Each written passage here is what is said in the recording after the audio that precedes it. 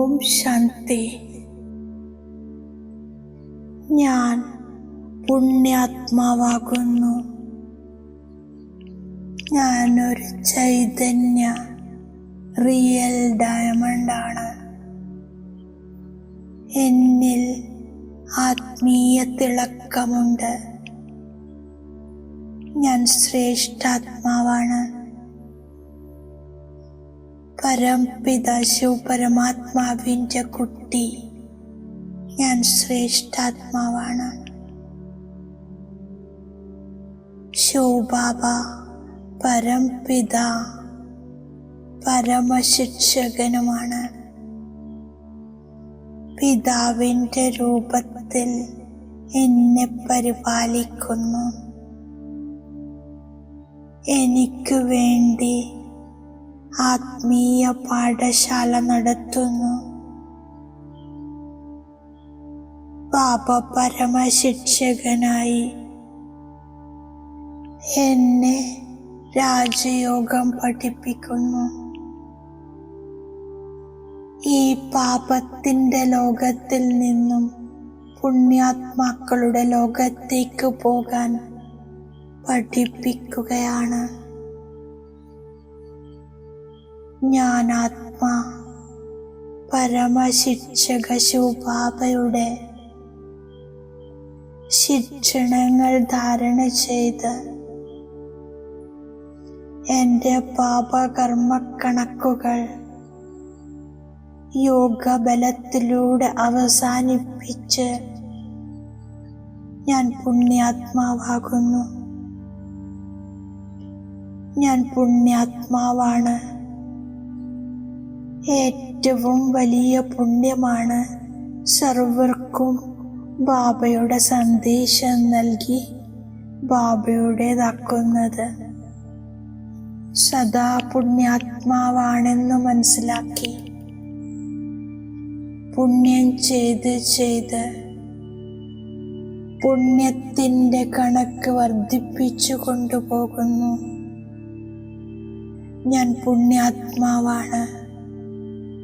എൻ്റെ ഓരോ സങ്കല്പവും പുണ്യത്തിൻ്റെതാണ്. ഓരോ വചനവും പുണ്യത്തിൻ്റെതാണ്. ഓരോ കർമ്മവും പുണ്യകർമ്മമാണ്. ഞാൻ സംഗമയുഗി ബ്രാഹ്മണ ആത്മാക്കളുടെ കർമ്മം തന്നെ പുണ്യത്തിൻ്റെതാണ്. എത്രത്തോളം പുണ്യകർമ്മം ചെയ്യുന്നുവോ അത്രയും സന്തോഷം നിറയുന്നു. നടക്കുമ്പോഴും തിരിയുമ്പോഴും സർവർക്കും ബാബയുടെ സന്ദേശം നൽകി പുണ്യം ചെയ്യുന്നു. സദാകാലത്തേക്ക് പുണ്യാത്മാവാകുന്നു. അവിനാശി ബാബയുടേതായി ഞാൻ അവിനാശി പുണ്യം ശേഖരിക്കുന്നു. ഇപ്പോൾ ശേഖരിച്ച പുണ്യത്തിൻ്റെ ഫലസ്വരൂപം ജന്മജന്മങ്ങളിൽ പുണ്യാത്മാവാകുന്നു. സത്യയുഗി പൂജ്യ ദേവതയാകുന്നു. ഈ ദേവതാ സ്വരൂപത്തെ അരകൽപ്പം മന്ദിരങ്ങളിൽ പൂജിക്കുന്നു. ഞാൻ പുണ്യാത്മാവാണ്. ഞാൻ വികാരങ്ങളാകുന്ന മായയുടെ വലയിൽ നിന്നും സദാ രക്ഷപ്പെട്ടിരിക്കുന്നു. ദേഹാഭിമാനത്തിൽ വരുന്നില്ല. ശ്രീമതത്തിലൂടെ നടന്നുകൊണ്ട് പുണ്യാത്മാവായി മാറുന്നു.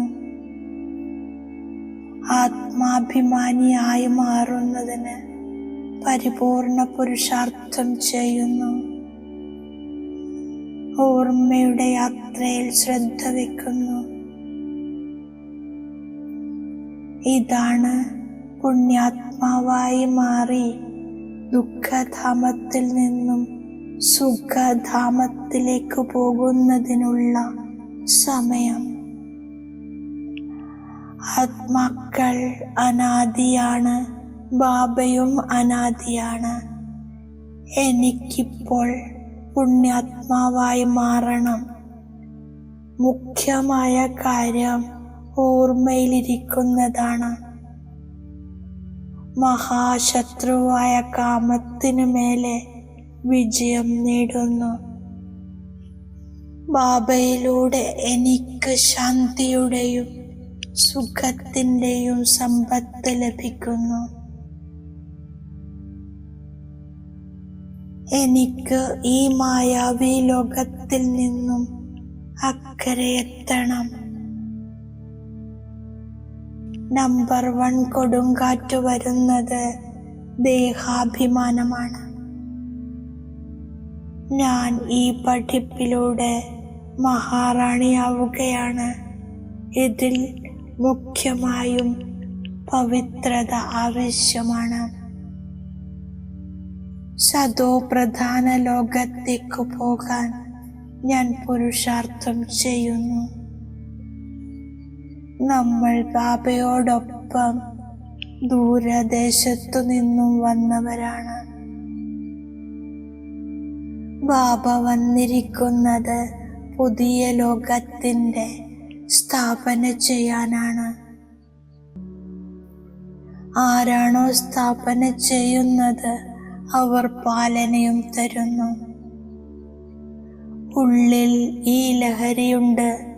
ഞാൻ ശിവബാബയോടൊപ്പം വന്നിരിക്കുന്നു ദൈവിക രാജ്യം സ്ഥാപന ചെയ്യാൻ, മുഴുവൻ ലോകത്തെയും സ്വർഗമാക്കി മാറ്റാൻ. എൻ്റെ 84 ജന്മങ്ങൾ ഇപ്പോൾ പൂർത്തിയായി. ഇനി തിരിച്ചു പോകണം. പിന്നീട് രാജധാനിയിലേക്ക് വരൂ. മുഴുവൻ ലോകത്തെയും മറക്കണം. ജീവിച്ചിരിക്കെ മറക്കണം. ഞാൻ ശിവബാബയുടേതായി മാറിയിരിക്കുന്നു. ബാബയെ തന്നെ ഓർമ്മിച്ചു കൊണ്ടിരിക്കുന്നു. എന്തുകൊണ്ടെന്നാൽ പാപങ്ങളുടെ ഭാരം തലയിൽ വളരെയധികമുണ്ട്. ഞാൻ അശരീരിയായി വന്നതാണ്. അശരീരിയായി തന്നെ പോകണം. എനിക്ക് ജീവിച്ചിരിക്കെ മരിച്ച് ശിവബാബയുടേതായി മാറണം. ഇത് അന്തിമ ജന്മമാണ്. ഇവിടെ ഓരോ ചുവടിലും അനേക പ്രകാരത്തിലുള്ള ദുഃഖമാണ്. അവിടെ മുഴുവൻ ദുഃഖവും ദൂരെയാവുകയാണ്. ബാബയെ ഓർമ്മിച്ചു കൊണ്ടിരുന്നാൽ മാത്രം മതി. ബാബയിൽ നിന്നല്ലാതെ മറ്റാരിൽ നിന്നും സമ്പത്ത് ലഭിക്കില്ല. ഈ ദുഃഖധാമത്തിൽ ദുഃഖം വർദ്ധിച്ചു കൊണ്ടിരിക്കുകയാണ്. ഈ സംഗമയുഗത്തിൽ ബാബ എന്നെ പുരുഷോത്തമനാക്കുന്നു, പഠിപ്പിക്കുന്നു. ഞാൻ നന്നായി ഓർമ്മിക്കുന്നു.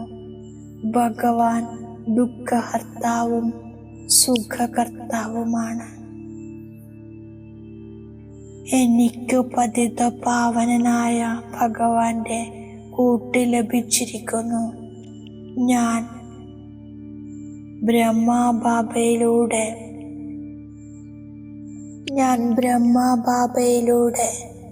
ശിവബാബയുമായി ഹാൻഡ് ഷേക്ക് ചെയ്യുന്നു.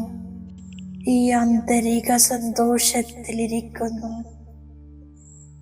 ഞാൻ വീടിനെയും രാജധാനിയെയും ഓർമ്മിച്ച് അളവറ്റ സന്തോഷത്തിലിരിക്കുന്നു.